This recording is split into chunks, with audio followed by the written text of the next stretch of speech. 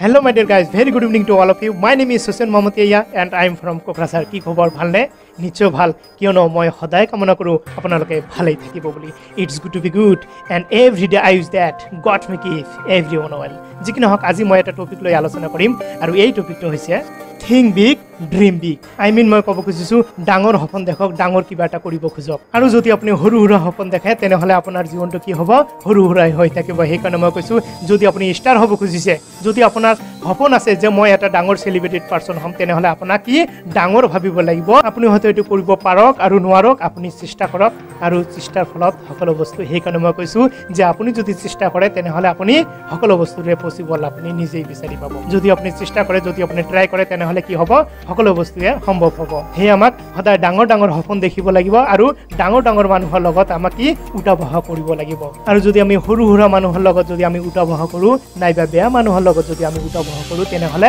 আমাৰ থিংকিং বৰ কি হ'ব সদায় সৰু সৰুই হৈ থাকিব সৰু সৰু সপোন দেখি লাভ নাই ডাঙৰ কিবা এটা কৰিব খুজক তেতিয়া আপুনি কি কৰিব পাৰিব ষ্টাৰ হ'ব পাৰিব আৰু নিজকে পৰিচয় দিব পাৰিব এজন ভাল ব্যক্তি হ'বলৈ এইখন পৃথিৱীৰ সকলোতকৈ ধনী ব্যক্তি বিল গেটছে কৈছিল যে আপুনি যদি দুখীয়া হৈ জন্মগ্ৰহণ কৰিছে এটো আপোনাৰ দুখ নহয় যদি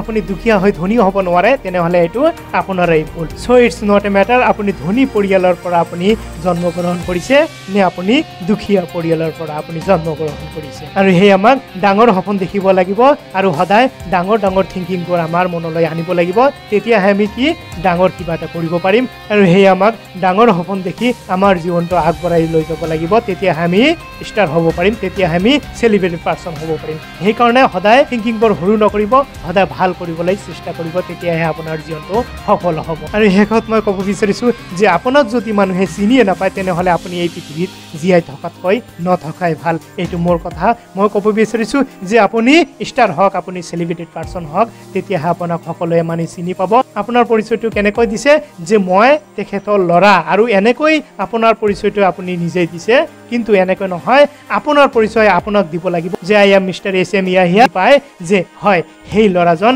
এইজন নাম কোৱাৰ লগে লগে যাতে আপোনাক চিনি পায় যে he is a motivational speaker ইয়া মোৰ ক্ষেত্ৰত মই ক'ব বিচাৰা নাই মই আপোনাৰ ক্ষেত্ৰতে ক'ব বিচাৰিছো যদি আপোনাৰ নামেই আপোনাৰ পৰিচয় হয় তেনেহলে কেনেকুৱা লাগিব সেই কাৰণে মই কৈছো আপুনি ষ্টাৰ হওক আপুনি সেলিব্ৰিটি পাৰসন হওক আপুনি যদি আপোনাৰ দেউতাৰ পৰিচয় লৈ আপোনাৰ নিজৰ পৰিচয় দিব খুজিছে তেনেহলে কেনেকুৱা হ'ব এবাৰ আপুনি ভাবি চাওক সেই কাৰণে মই কৈছো যে আপোনাৰ পৰিচয়ে আপোনাক বিলাব লাগিব আপোনাৰ পৰিচয় দি আপোনাক চিনিব লাগিব সেই কাৰণে আমাক কি বহুত কষ্ট কৰিব লাগিব বহুত হাৰ্ড ওয়াৰ্ক কৰিব লাগিব আৰু ডাঙৰ সপোন দেখিব লাগিব আৰু তেতিয়াহে আপোনাক চিনি পাব আৰু হেদিনাখন দেখিব যে মই কোৱা কথাটো কিমান সঁচা কিমান মিছা যি কি নহওক মই সকলোৰে মংগল কামনা কৰি মই ইয়াতে বিদায় লৈছো